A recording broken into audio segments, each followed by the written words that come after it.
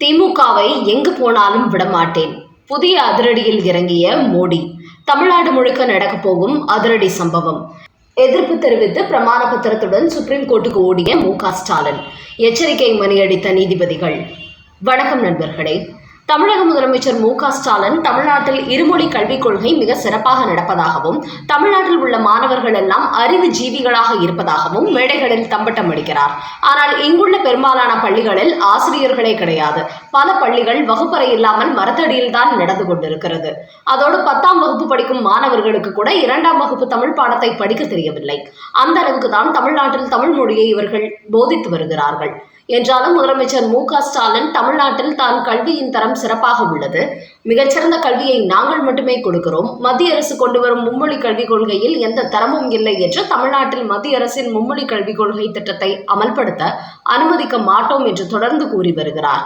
இந்த நிலையில் தான் மத்திய அரசு நவோதயா பள்ளிகளை தமிழ்நாடு முழுக்க கொண்டு வருவதற்கு ஒரு அதிரடி திட்டம் தீட்டியது. இதுகுறித்து மத்திய அரசு சார்பில் உச்சநீதிமன்றத்தில் மனு தாக்கல் செய்யப்பட்டு உச்சநீதிமன்ற நீதிபதிகளும் அதற்கு வரவேற்பு தெரிவித்து அனுமதி கொடுத்தார்கள். அது மட்டுமின்றி தமிழகத்தில் உள்ள ஒவ்வொரு மாவட்டத்திலும் ஜவஹர் நவோதயா வித்யாலயா பள்ளிகளை நிறுவ வேண்டும் என்று மாநில அரசுக்கு உத்தரவிட வேண்டும் என்று மத்திய அரசு நீதிமன்றத்தில் கேட்டுக்கொண்டது. இந்த மனு மீதான விசாரணை உச்சநீதிமன்ற நீதிபதிகள் நாகரத்னம், ஆர். மகாதேவன் அமர்வில் நேற்று விசாரணைக்கு வந்தது. அப்போது தமிழக அரசு சார்பிலும் ஒரு பிரமாண பத்திரம் தாக்கல் செய்தார்கள். அதில் ஜவஹர் நவோதயா வித்யாலயா பள்ளி கல்வி என்பது ஹிந்தி, ஆங்கிலம், தமிழ் ஆகிய 3 மொழிகளை உள்ளடக்கிய மும்மொழி கொள்கையால் வரையறுக்கப்பட்டுள்ளது.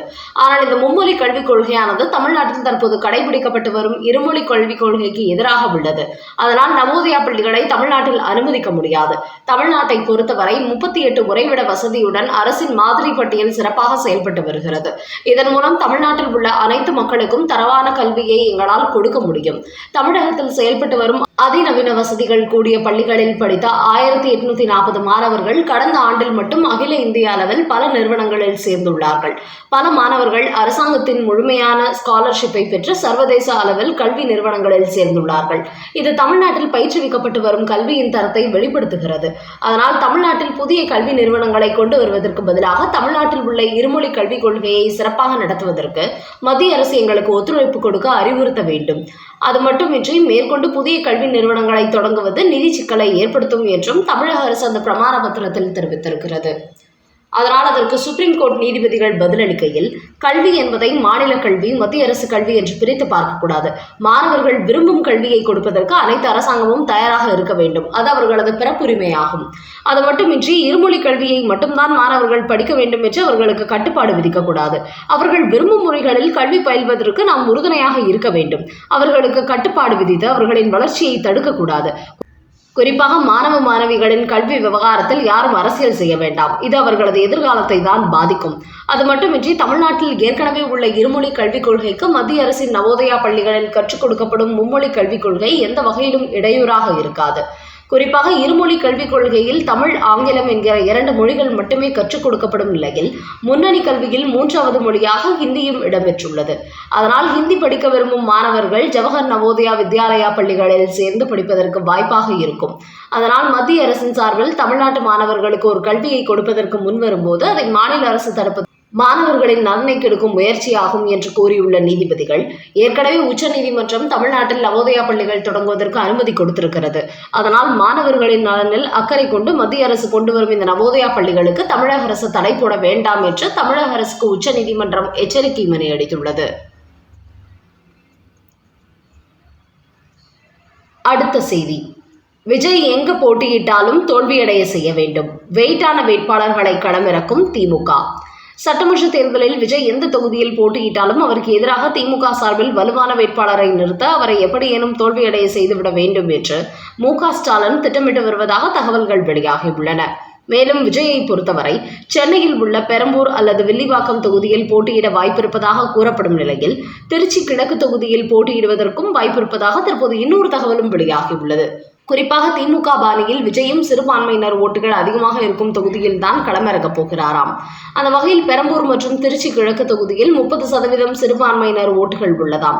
இந்த செய்தி வெளியானதை அடுத்து பெரம்பூரில் விஜய் போட்டியிட்டால் அவருக்கு எதிராக அமைச்சர் சேகர் பாபுவையும், திருச்சி கிழக்கு தொகுதியில் போட்டியிட்டால் அவருக்கு எதிராக இனிகோ இருதயராஜையும் களமிறக்கவும் திமுக திட்டமிட்டு வருவதாக தகவல்கள் வெளியாகியுள்ளன.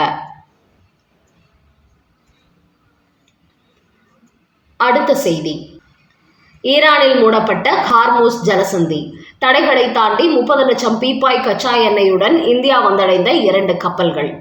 ஈரான், அமெரிக்கா, இஸ்ரேல் நாடுகளுக்கிடையே கடந்த பிப்ரவரி 28 முதல் போர் நடைபெற்று வருகிறது. மத்திய கிழக்கில் நிலவும் இந்த போர் பதற்றம் காரணமாக ஹார்மூஸ் ஜலசந்தி வழியாக கப்பல் போக்குவரத்து செல்வது முடக்கப்பட்டு இருக்கிறது.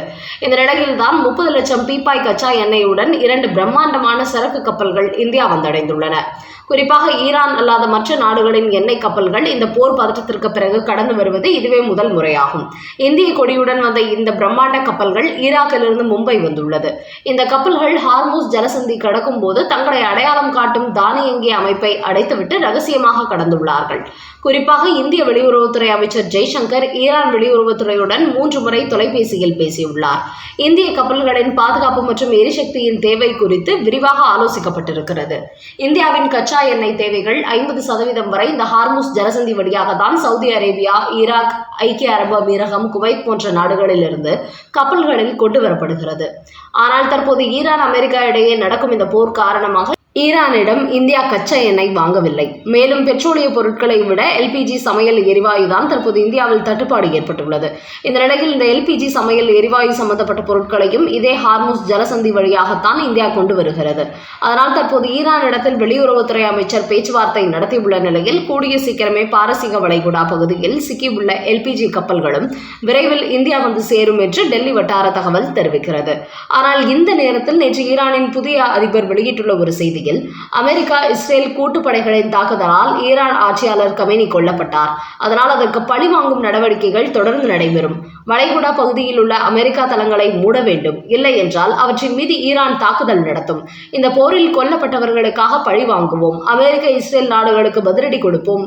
இருந்து ஈரான் ஒருபோதும் பின்வாங்காது. முழு பலத்துடன் அவர்களை எதிர்ப்போம். மறைந்த ஆட்சியாளர் கமேனிக்கு மட்டுமின்றி இந்த போரில் உயிரிழந்த ஒவ்வொருவருக்காகவும் அந்த நாடுகளை நாங்கள் பழிவாங்குவோம் என்று கூறியுள்ள ஈரானின் புதிய அதிபர், எனது தந்தையின் பாதையில் தொடர்ந்து பயணிப்பேன். அதோடு ஹார்மூஸ் ஜலசந்தி என்பது ஈரானின் துருப்பு சீட்டாக இருப்பதால் எதிரிகளை பழிவாங்கும் வரை அதை மூடியே வைத்திருப்போம் என்றும் அவர் தெரிவித்திருக்கிறார். இப்படி இந்த ஹார்மூஸ் ஜலசந்தியை மூடியே வைப்போம் என்று தெரிவித்துள்ளார். இதனால் இந்தியா மட்டுமின்றி மேற்கத்திய நாடுகளிலிருந்து கச்சா எண்ணெய் உள்ளிட்ட பொருட்களை இறக்குமதி செய்யும் நாடுகளுக்கு தொடர்ந்து சிக்கல் ஏற்படும் சூழல் உருவாகி இருக்கிறது.